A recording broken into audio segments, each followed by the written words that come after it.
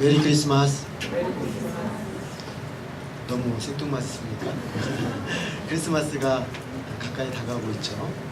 우리 마음에 먼저 주님 성탄의 은혜가 임하면 좋겠습니다. 우리 다시 한번 서로 바라보면서 시험에 눌린 마음을 좀 이 시간에 떨쳐버리고 메리 크리스마스 인사하겠습니다. 메리 크리스마스. 네. 우리 아마 오늘 자매님들이 시험 공부들을 많이 하고 있어서 아마 장막 언니들이 나서서 특송을 한 것 같습니다. 좀 비장한,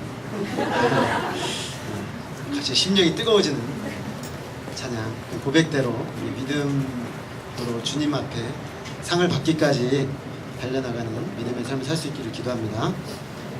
오늘 성탄 특강입니다.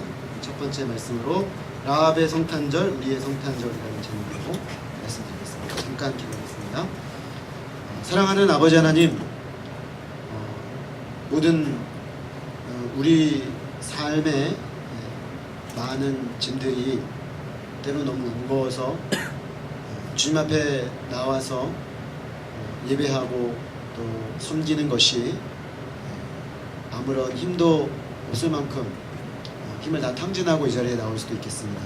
지금 그러나 우리에게 소망이 되어주시고 우리가 어떤 모습, 어떤 모양으로 주님 앞에 나오든지 간에 그리스도의 그 보배로운 피로 우리의 허물과 죄와 연약함을 씻어주시고 하나님 앞에 서기 합당한 자로 세워가시는 주님의 그 끝없는 열심을 생각할 때 감사합니다. 그 열심이 당신의 아들을 이 땅에 보내시기까지 쉼없이 일하신 하나님의 일하심으로 나타난 줄로 믿습니다.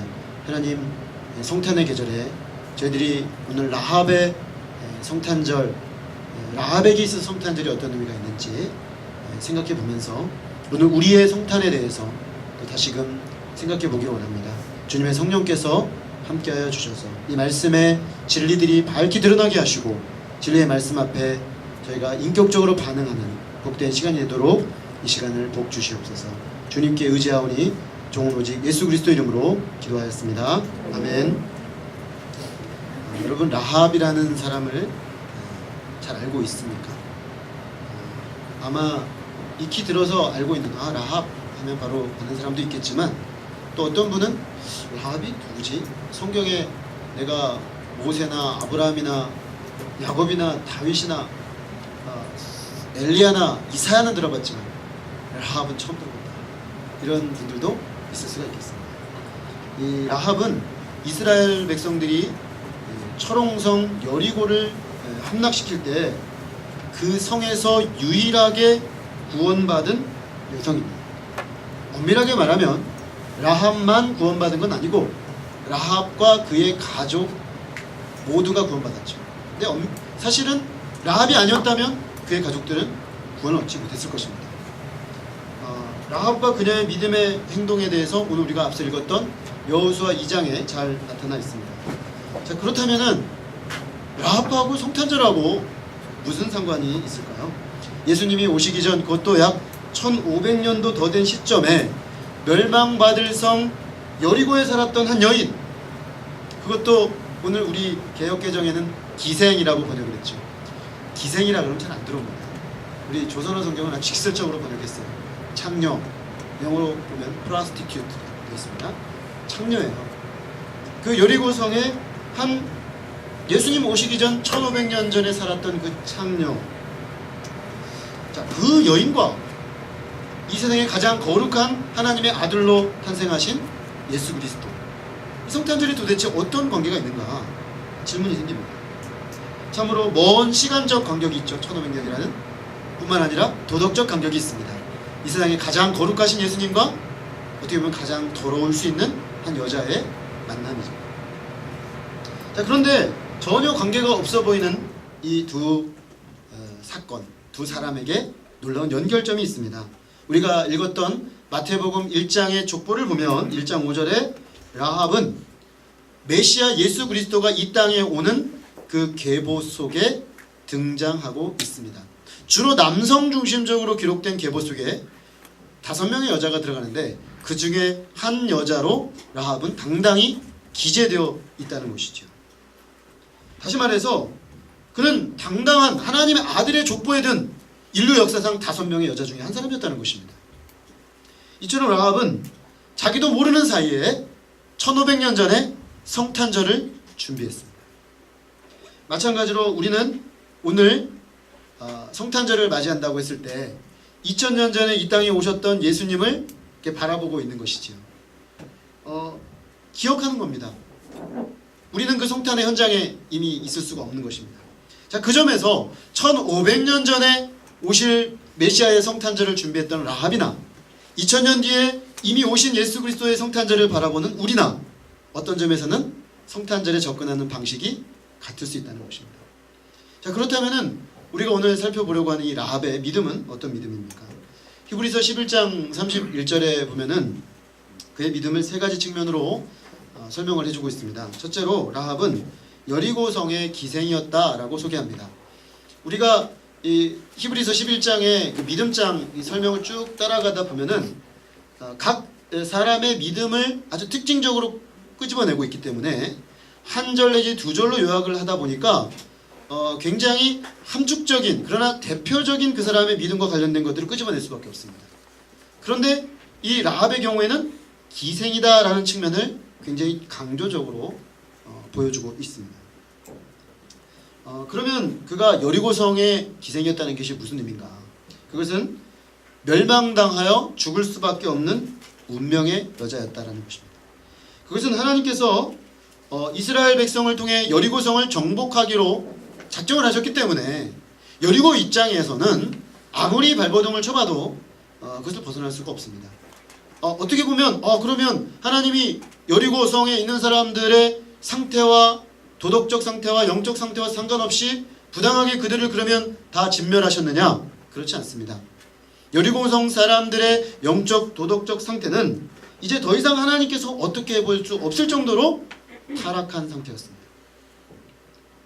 라합은 더구나 그 소망 없는 도성 여리고의 창녀였습니다. 어찌 보면 라합은 여리고성에서 구원할 사람을 하나님이 그래도 선발을 해본다 하면 가장 마지막까지 고려 대상에 들지 않을 그런 여성일 수 있습니다. 그런데 하나님께서는 바로 이 여자 라합을 부르시고 구원하시고 새로운 삶을 살게 하신 것입니다. 라합은 아마도 창녀가 된 걸로 봐서 인생의 어느 순간 스스로 자기 자신을 도덕적으로 제어하지 않고 내버려둔 것 같습니다. 사람이 누가 처음부터 창녀가 되려고 태어나는 사람이 어디 있겠습니까? 제가 종종 그 우리나라에도 그 집장촌에 일하는 그 여성들이 있죠.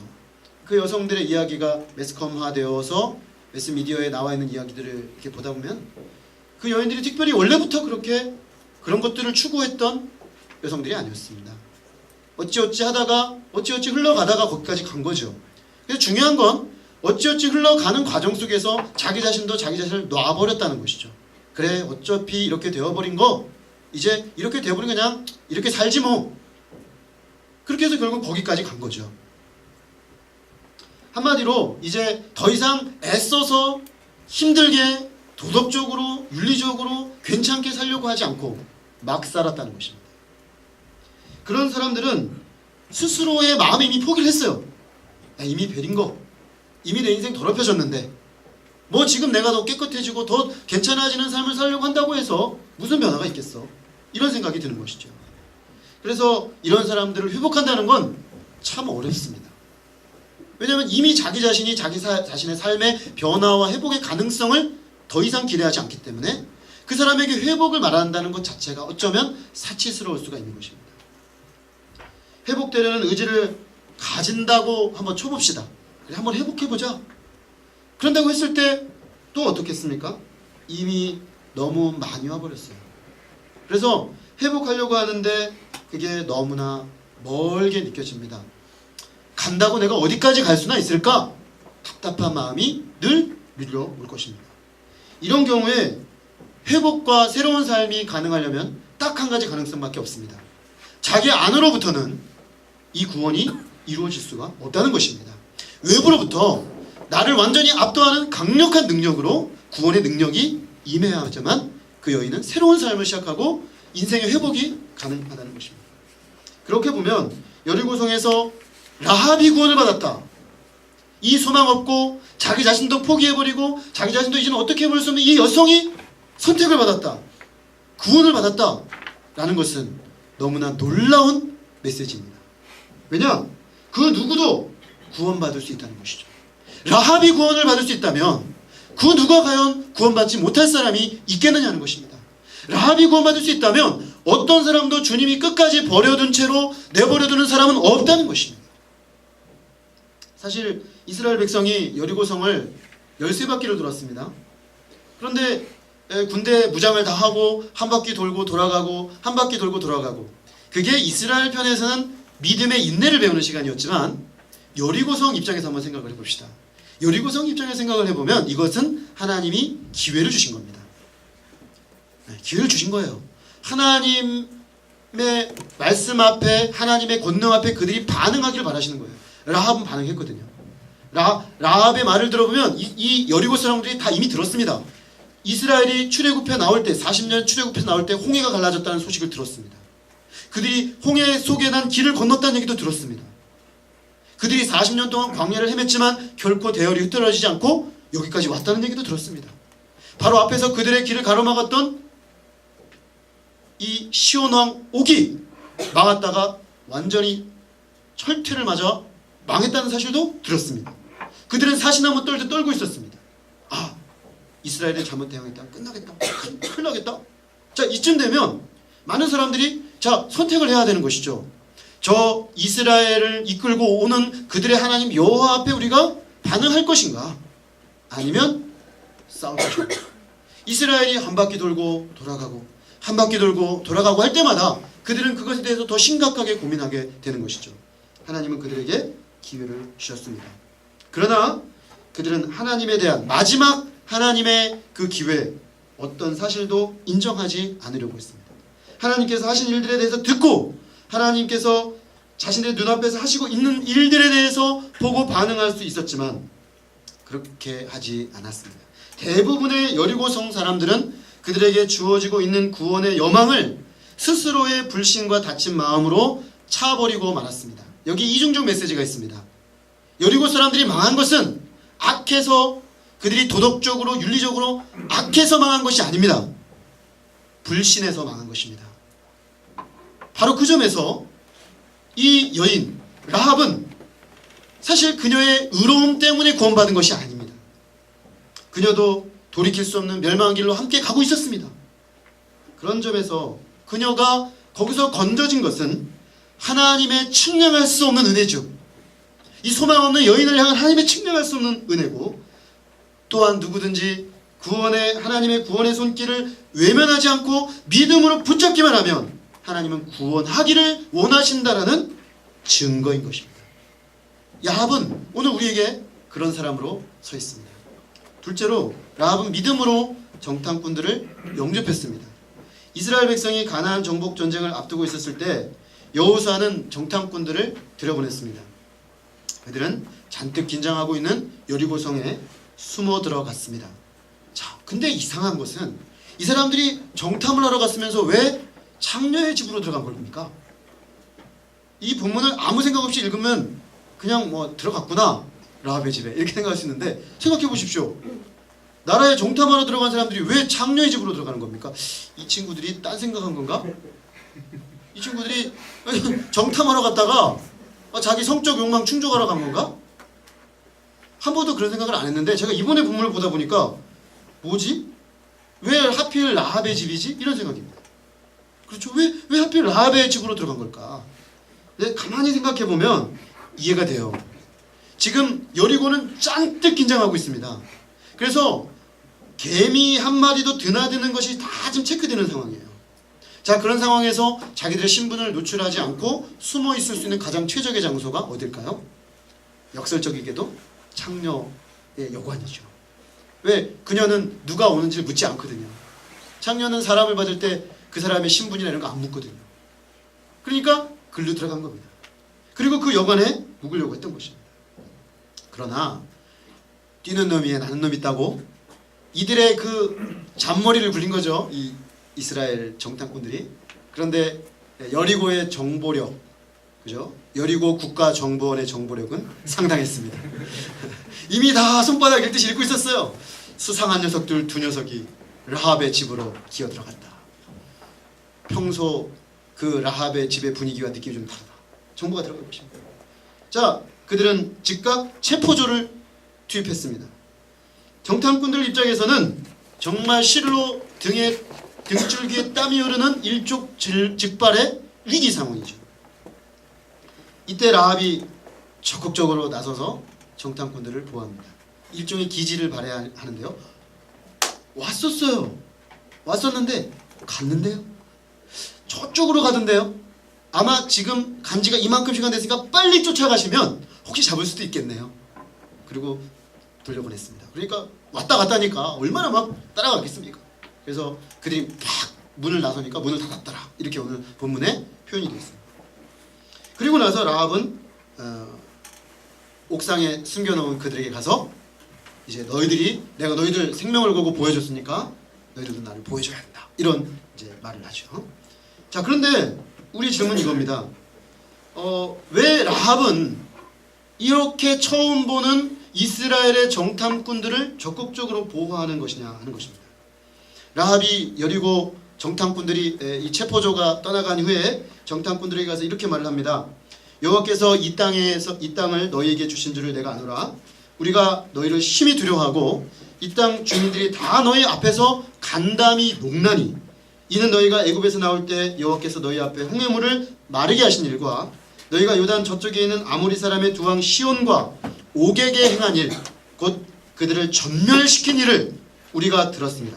우리가 듣자 곧 마음이 녹았고 너희로 말미암아 정신을 잃었나니 너희 하나님 여호와는 위로는 하늘에서도 아래로는 땅에서도 하나님이시니라. 놀랍게도 라합은 이렇게 말하고 있습니다. 하나님이 이미 여리고성을 이스라엘의 손에 넘기셨다. 그는 여리고의 운명이 어떠한지를 정확하게 인식하고 있었습니다. 그런 판단은 어디서 나왔는가? 하나님이 앞서서 행한 일들, 홍해에 하신 일들, 시온왕 옥에 하신 일들을 볼 때 틀림없다는 것이죠. 실제로 여리고 사람들은 벌벌벌벌 떠고 있고 간담이 다 녹아내려가고 있다는 것입니다. 이미 승세는 기울었다는 것이죠. 자, 이 라합이 판단하는 그 정보를 보십시오. 그가 가지고 있는 하나님에 대한 정보는 너무나 작습니다. 40년 전에 있었던 출애굽 사건, 시온왕 옥과 그 사건, 그게 전부예요.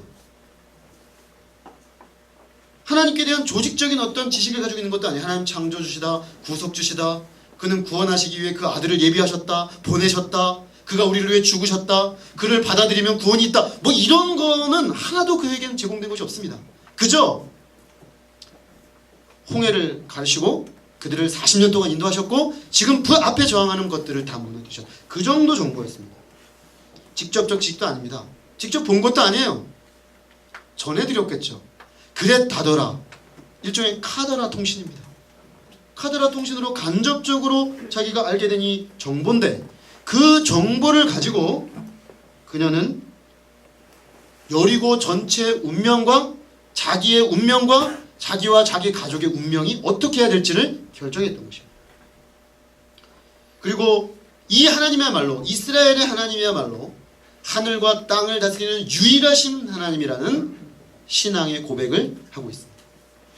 라합은 아주 적은 지식을 가졌지만 그 지식에 신실하게 반응한 믿음의 사람이었습니다. 믿음은 들음에서 납니다. 믿음은 들어야 됩니다. 하나님의 말씀을 들어야 됩니다. 라합의 경우도 하나님에 대한 소식을 들었을 때 그 소식이 그녀 안에 믿음의 반응을 일으켰습니다. 라합은 그 들음의 크기가 작았지만 중요한 건 그 크기와 상관없이 굉장히 인격적으로 적극적으로 반응했다는 것입니다. 라합은 하나님의 말씀을 많이 듣는 우리들에게 중요한 도전을 주고 있습니다. 라합이 이 정도 정보 가지고 이렇게 자기 생명을 걸었습니다. 멸망하는 여리고를 버리고 자기와 자기 가족의 생명을 올인했습니다. 어떻게 이렇게까지 할 수 있는가? 그녀는 그 들려지는 하나님에 대한 지식을 굉장히 존귀하게 받아들였던 것입니다. 그런 점에서 너무나 많은 하나님에 대한 정보로 가득 찬 우리들에게 굉장히 강력한 도전을 주고 있습니다. 우리가 들은 말씀들에 우리는 얼마나 믿음으로 반응하고 있습니까? 우리가 들은 말씀들에 우리는 얼마나 진실된 회개가 필요할 때 진실된 회개로 회개합니까? 우리가 들은 말씀 앞에 우리가 믿음으로 반응할 때 얼마나 풍성한 하나님의 세계가 주어지는데 우리는 그냥 쉽게 귀하게 여기지 않고 너무나 흔하기 때문에 그냥 흘려보냅니까? 자, 그런 점에서 우리는 참으로 큰 특권을 가졌죠. 라합은 한 조각 하나님에 대한 바람에 실려오는 소식을 통해서도 자신과 가족을 구원하기에 충분한 믿음으로 반응했습니다. 그런데 우리는 하나님의 이 세상을 향한 계획과 창조의 계획과 구속의 계획 그리고 그리스도의 십자가 죽음과 부활에는 완성된 구원의 소식을 이렇게 완벽하게 우리 손에 들고 있습니다. 완성된 하나님의 계시의 말씀을 받고도 합당한 믿음의 반응이 없는 것은 우리 쪽 책임이 참으로 지대하다는 것을 말해줍니다. 우리는 흔히 하나님이 왜 나에겐 더 주시지 않는가? 하나님 왜 나에게는 더 많이 보여주시지 않는가? 하나님 왜 나에겐 더 많은 사랑을 느끼게 해주시지 않는가 말하지만 사실은 우리가 이미 받은 것만으로도 라합과 비교해보면 우리는 훨씬 더 적극적으로 반응해야 하고 훨씬 더 깊이 돌이켜야 하고 훨씬 더 새로워져야 하는 것입니다. 그 점에서 라합의 믿음은 오늘 우리들에게 강력한 도전을 하고 있습니다. 셋째로 라합은 순종하지 않은 자와 함께 멸망하지 않았습니다. 라합의 구원에는 수많은 가정들을 가지고 한번 생각해 볼 점이 있습니다. 정탐꾼들이 만약에 여리고성에 들어가지 않았더라면 그들이 라합의 집으로 들어가지 않았다면 수많은 집이 있었는데 그 중에 라합의 집으로 들어가지 않았다면 정보 당국이 찾아오지 않았다면 라합이 이스라엘에 대한 소식을 그저 흘려 듣고 말았다면 하나님께 대한 소식을 듣고 두려워 떨기만 하고 믿음으로 반응하지 않았다면 자, 이 가정의 하나하나의 연결고리에 그 어느 하나만 빼도 라합은 구원에 이룰 수 없었습니다. 그런데 이 모든 것이 라합에게 주어졌습니다. 더구나 그녀는 멸망받기로 예정된 여리고성의 청년입니다. 라합의 구원은 하나님의 놀라운 은혜의 걸작품이었습니다. 하나님이 이 모든 것들을 하나하나 함께 할 수 없는 그 가능성들을 하나로 모아서 라합에게로 밀어 보내셨던 것입니다. 라합은 그런데 이 큰 은혜를 받고 나서 이 정도 은혜 받았으면 야, 하나님이 정말 나를 특별하게 생각하시는구나. 그렇지 않습니까? 왜 하필 이 사람들이 내 집으로 들어왔을까? 그리고 그들과 대화가 됐잖아요. 뭔가 하나님 편에서 얘기할 수 있는 기회가 주어졌잖아요. 하나님의 큰 은혜를 받았죠. 정말 감사하다. 내가 구원을 받았구나. 하나님이 나에게 뭔가 기회를 주셨구나. 이렇게 생각하고 만족할 수도 있는데 라합은 그러지 않았습니다. 그녀는 자신에게 임한 놀라운 은혜에 만족하지 않고 자기의 가족을 위하여 이렇게 청원합니다. 그러므로 이제 청하노니 내가 너희를 선대하였은즉 너희도 내 아버지의 집을 선대하도록 여호와로 내게 맹세하고 내게 증표를 내라. 그리고 나의 부모와 나의 혼전자 남녀 형제와 그들에게 속한 모든 사람을 살려주어 우리 목숨을 죽음에서 건져내라. 그래서 정탐꾼들이 약속하죠. 분홍줄을 내려서 도망을 시켜줬었는데 그 분홍줄 빨간 줄을 내놓으면 이 집안에 있는 사람은 이 라합과의 언약을 기초해서 모든 사람들을 구원하겠다. 이런 약속을 받아내는 것입니다. 그녀는 자신에게 임한 이 놀라운 은혜에 기초해서 가족의 구원이라는 하나님의 더 큰 은혜를 구하고 있습니다. 은혜를 맛본 사람은 어떻게 됩니까? 그 은혜가 자신의 자격 조건에 기인한 것이 아니라 하나님의 한량없는 자비와 은혜의 깊이에서 기인하다는 것을 깨닫게 됩니다. 은혜라는 것은 그렇습니다. 아, 정말 내가 이 받을 수 없는 것을 받았구나. 감격하게 되는 것이죠. 그래서 회개하죠. 정말 은혜 받은 사람은 변합니다. 정말 은혜 받은 사람은 똑같이 못 삽니다. 정말 은혜 받은 사람은 자기 자신의 삶의 가치와 삶의 모습과 인격의 중심부를 바꿉니다. 왜냐하면 내가 도저히 할 수 없는 일이 하나님이 나에게 은혜 주셔서 일어났거든요. 근데 어떻게 똑같이 살아요? 어떻게 어제와 똑같이 삽니까? 하나님 앞에 내 자신을 뒤집어 엎어 새롭게 하는 것이죠. 그런데 그 은혜를 받고 나서 은혜를 경험하고 나잖아요. 어떤 일이 벌어지냐면 이 은혜가 탁 깨닫고 나면 이럽니다. 내가 아무것도 한 것이 없는데 하나님 나에게 이런 걸 주셨네. 그렇다면 내가 하나님께 더 큰 은혜를 구할 수 있겠구나. 어차피 내 자격으로 주님이 주시는 것이 아니라 그분의 긍휼과 그분의 사랑과 그분의 자비로부터 오는 것이기 때문에. 라합은 그걸 깨달았습니다. 자기가 구원을 딱 보고 보니까 내 가족들도 구할 수 있겠구나. 담대함이 생긴 것이죠. 하나님의 은혜를 체험한 사람은 하나님을 향하여 담대함이 생깁니다. 그래서 더 큰 은혜, 한량 없는 은혜, 끝이 없는 은혜, 흘러넘치는 은혜의 세계로 들어가는 것입니다. 그래서 요한이 은혜 위에 은혜라고 했습니다. 은혜가 끝이라고 생각했는데 더 내려옵니다. 여기까지가 끝이라고 생각했는데 더 밀고 내려옵니다. 우리가 바닥을 완전히 쳤다고 생각하는데 그 바닥 밑까지 내려옵니다. 바닥을 치고 땅을 밟고 구석을 막 들어가는데 거기까지 따라 들어옵니다.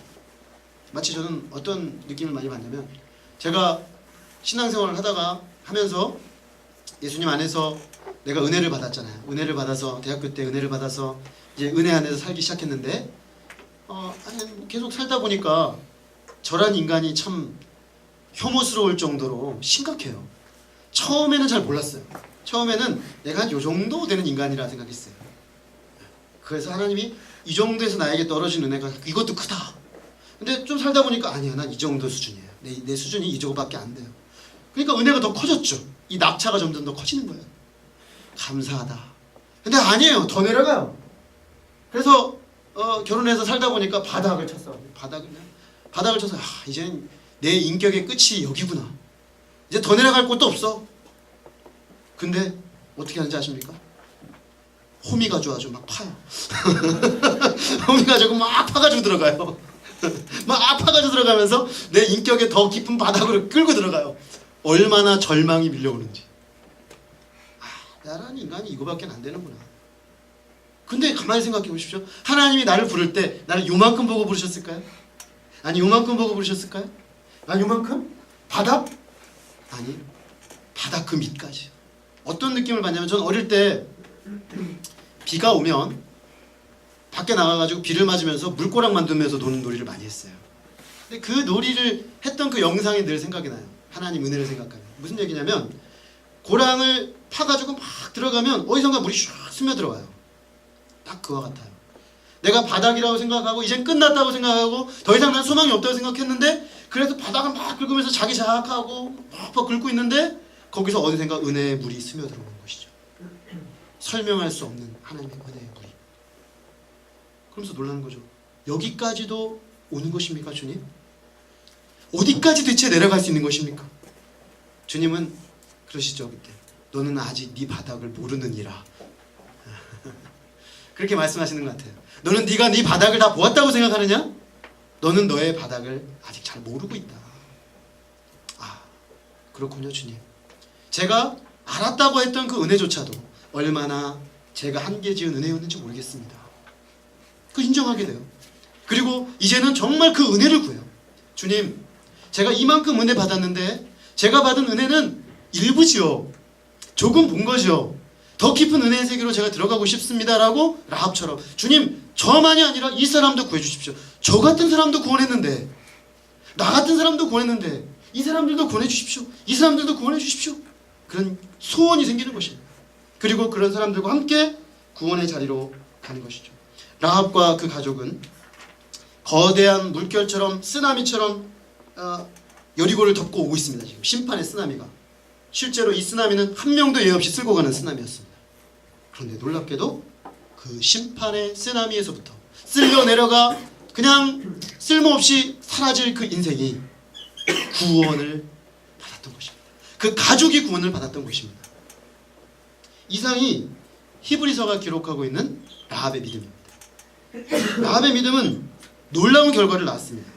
죽을 수밖에 없는 개인이 구원받았을 뿐만 아니라 하나님의 놀라운 자비로 그 가족까지도 구원을 받았습니다.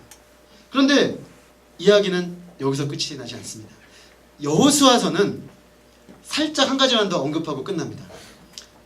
정복전쟁이 일어나고 여호수아가 외쳐라! 우리 지난주로 다시 돌아갑니다. 외쳐라! 우와! 했더니 꽉 무너졌습니다. 자, 돌격 앞으로 줘야지. 돌격 앞으로! 모든 것을 진멸하라. 근데 여호수아가 딱 한 가지만 합니다. 라합과 그의 집은 건드리지 마라. 붉은 줄이 드리워져 있을 것이다. 그 집은 절대로 건드리지 마라. 그렇게 해서 라합이 건지어집니다. 그 가족이. 그 뒷장에 보면 어떤 장면이 나오냐면 라합이 이스라엘의 일부로 편입되는 장면이 나옵니다. 그는 처음에는 진 밖에 있었다가, 왜냐하면 진멸돼야 될 거룩하지 못한 여리고의 일부였기 때문이죠. 그러다가 하나님의 은혜로 건진받은 것을 인정받고 이스라엘 백성 일부로 들어옵니다. 그리고 나서 더 이상 라합에 대해서는 성경 어디에도 기록이 나오지 않습니다. 그런데 놀랍게도 우리가 마태복음 1장의 메시아의 계보를 쫙 따라가다 보면 거기에 라합이 탁 등장하는 거예요. 성경을 주의 깊게 읽은 사람들은 아마 심장이 딱 멎을 것입니다. 어떻게 된 거지? 왜 라합이 메시아의 계보에 들어와 있지? 이런 질문이 생기는 거죠. 그 계보를 잘 보면 라합이 결혼한 남자가 살몬이라고 되어 있습니다. 살몬의 후손이 누구냐면 보아스입니다. 직접 아들인지 몇 대 걸러 아들인지 모르겠지만 어쨌든 보아스는 라합이라는 여자가 이스라엘로 들어가지 않았다면 보아스라는 사람은 태어나지 않을 사람인 것이죠. 근데 여러분 룻기를 읽어보시면 보아스는 너무나 멋진 믿음의 신사로 등장합니다. 소망 없는 나오미 집, 이방으로 먹을 것이 없어서 갔다가 남편 죽고 두 아들 죽고 한 며느리는 돌려보내고 이방의 모압의 것도 멸망받을 땅에 모압의 며느리 한 여자 룻만 데리고 돌아온 그 보아스, 나오미. 그 나오미가 소망 없이 떨어진 그 곡식을 주워 먹으며 비참하게 살고 있다는 이야기를 그는 멀리서 듣습니다. 그리고 그 룻의 그 비록 이방 여인이지만 너무나 아름다운 어머니 하나님을 나의 하나님으로 여기고 남편도 없고 아버지도 없지만 그녀에게 아무런 소망도 없지만 인애의 사랑으로 그렇게 해야 될 이유가 아무것도 없는데 그렇게 하는, 그게 인애죠. 그렇게 할 이유가 아무것도 없음에도 불구하고 룻은 나오미에게 그런 사랑을 베풀었습니다. 그 이야기를 보아스는 다 듣고 알고 있었습니다. 그리고 어느 날 때가 되었을 때 룻이 보아스를 찾아오죠. 당신은 우리의 기업물을 자십니다. 다시 말하면 나오미 가문의 무너진 가문의 대를 이어줄 사람이라는 것이죠. 그게 이스라엘 법상 가능했던 것입니다. 보아스는 이미 다 계산해 놨어요. 맞습니다. 근데 저는 2순위자입니다. 1순위자가 있기 때문에 제가 내일 아침 가서 1순위자에게 물어보겠습니다. 그가 하지 않겠다고 하면 제가 하겠습니다. 다음날 1순위자를 찾아갑니다. 1순위자가 처음에는 땅 생긴다 싶으니까 내가 할게요. 내가 기업 물을게요 했다가, 그런데 룻과 결혼을 해서 애를 낳아서 그 애는 첫째는 나오미에게 주셔서 대를 잇게 하셔야 됩니다. 그러면 안 하겠습니다. 다 물러나 버립니다. 그때 보아스가 그러면 제가 이순이자니까 제가 하겠습니다. 보아스는 그렇게 해야 될 의무가 없습니다. 이순이자고요. 꼭 그렇게 한다고 자기가 유익 얻는 것도 없습니다. 그러나 그는 룻이 나오미에게 베푼 그 인애의 사랑을 보면서 자기도 하나님의 편에서 그런 인애의 사랑을 베풉니다. 그렇게 해서 태어나는 아이가 오벳. 그 오벳은 이새의 아버지, 이새는 다윗의 아버지가 됩니다. 그렇게 해서 다윗이 태어난 것이죠. 그리고 그 다윗의 후손으로 바로 예수 그리스도가 오는 것이죠. 너무나 놀라운 이야기죠. 두 명의 이방 여인, 두 명의 멸망받을 이방의 여인. 모압이라는 나라는 총회가 여호와의 회에 영원히 들어오지 못하리라고 선포받은 나라입니다. 너무나 악한 나라죠. 왜냐? 아버지를 술 먹여서 잠자리 가지고 태어난 민족이 바로 모압 족속이에요. 태생 자체가 굉장히 지저분해요. 실제로 그들의 그 과정을 보면 그 민족 전체적으로 굉장히 크가 무도한 죄를 범합니다. 그래서 하나님이 특별히 이 민족 전체는 하나님의 백성이 들어오지 못한다고 했습니다. 그러나 룻 개인은 거기서 구원을 받은 것이죠. 아니, 구원받은 정도가 아닙니다.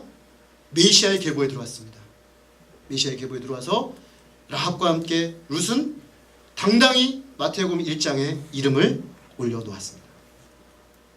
자, 이처럼 라합은 룻과 함께 다윗의 할머니 중에 한 사람이 되었습니다. 그녀는 그저 어쩔 수 없이 구원해 준 것이 아닙니다. 하나님이 그 정도가 아니라 구원하셔서 구속 역사의 중심부로 넣어버렸습니다. 하나님의 백성의 계보의 가장 중요한 계보의 그녀를 덜커덕 집어넣어 버리신 것입니다. 마태의 족보에는 라합 말고도 3명의 여자가 더 등장하죠. 마리아를 빼고 다말과 룻과 바세바입니다. 이 여자들은 공통점이 있습니다. 다 떳떳하지 못한 여자들이라는 것입니다. 다말은 이방 여인이고 자기 시아버지를 속여서 애를 가진 여자고요. 우리 라합 봤고요. 라합은 창녀였고요. 룻은 멸망받을 민족의 일원이었습니다. 바세바는 또 어떻습니까? 다윗과 간음을 하여 자기 남편이 죽었지만 다윗 아내가 된 여자입니다. 자, 다 문제 있는 여자들이에요. 이방 여인들, 떳떳지 못한 여인들. 이건 뭘 말하고 있습니까? 왜 이런 여자들이 꼭 마치 메시아 계보에는 문제가 있어야 들어갈 수 있는 것 같이 보여요. 얼핏 보면 이게 그런 얘기입니까? 아, 문제가 있어야 메시아 계보에 들어가는구나. 아, 문제를 좀 일으켜야. 그냥 평범하게 살면 안 돼. 평범하게 살아가지고서는 하나님 나라 역사에 그냥 중심부엔 쓰임받을 수가 없구나. 그냥 죄도 팍팍 짓고, 그죠? 그래서 가서 그냥 한번 패대기를 한번 쳐주고 다 그냥 세상 쓸고